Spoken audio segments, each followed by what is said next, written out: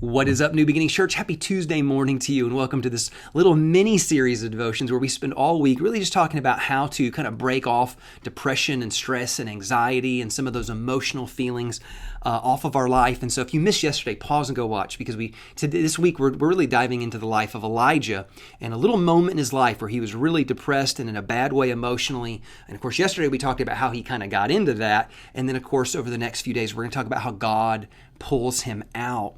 So if you remember, he says, you know what, take my life, kill me. I don't want to be here anymore. I can't handle it anymore. He's really in a bad way.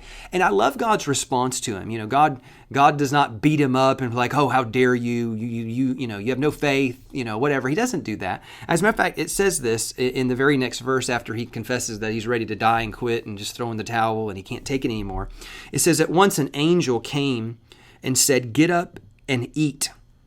So Elijah looked around, and there by his head was some bread baked over hot coals and a jar of water. He ate and drank and then lay down again. The angel of the Lord came back a second time and touched him and said, get up and eat, for the journey is too much for you. I think we would probably skip over this, but I think it's worth pausing and picking up on something.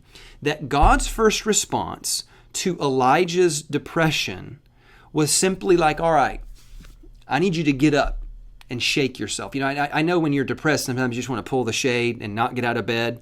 You don't leave yourself in a dark place. You got to get up and shake yourself off. And really what I would say is this. The first thing that God has him do is take care of your physical needs. Take care of your body. We believe as Christians that you are spirit, right? That I'm a spirit, that I have a soul, like thoughts and emotions, but I live in a body. And right now, that thing is very interconnected. Now, when this body dies, my spirit will move on to the next realm, right? The next dimension, whatever you want to call it. It moves on. To be absent from the body is to be present with the Lord, is what the writer of Hebrews said. But for right now, this thing is highly interconnected. And here's what we know. If we don't get enough sleep, we're not at our best, right? If we don't have a good diet, we're not at our best. Some of y'all get hangry and you get a little meaner, right? If you haven't had enough sleep, you're grumpy. And there's all kinds of different things. Again, I think there's so many studies that just kind of show you that actually a lack of health is directly related to depression. Like that's just, there's a Harvard study on this about how look, the more unhealthy you are physically, the more likely it is that you get into a state of depression. And again, it goes back to the idea of, this thing's all interconnected right now. You could be dealing with a spiritual issue that's wearing you out, but because your physical body is also under duress and fatigue and not healthy and not doing good, it makes that spiritual attack even more difficult to overcome. And so I want you to get this big revelation that the Apostle Paul really leans into the New Testament. It's this: your body is the temple of the Holy Spirit. I mean, that's mind-blowing to the people in Paul's day. You got to remember, they had a temple.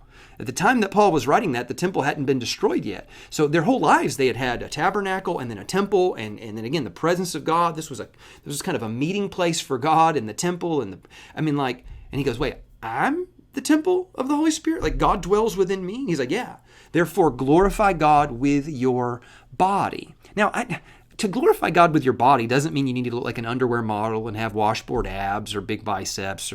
That's ridiculous. That's not what we're talking about here. What we're talking about is that for you to accomplish everything it is that God has planned for you in this life, in this world, you need a body to do that, right? And so I just think, look, you're going to come up against spiritual attacks. You're going to come up against spiritual attacks. You're going to come up against emotional heaviness and mental fatigue. Don't make it even harder by not taking care of your body. And so I think God's like, okay, I'm going to address all the issues that you need to get addressed so that you can get out of this emotional funk. But let's address your physical needs first. So he says, no, get up, shake it off. Sometimes you just got to force yourself to get out of the house, force yourself to move again.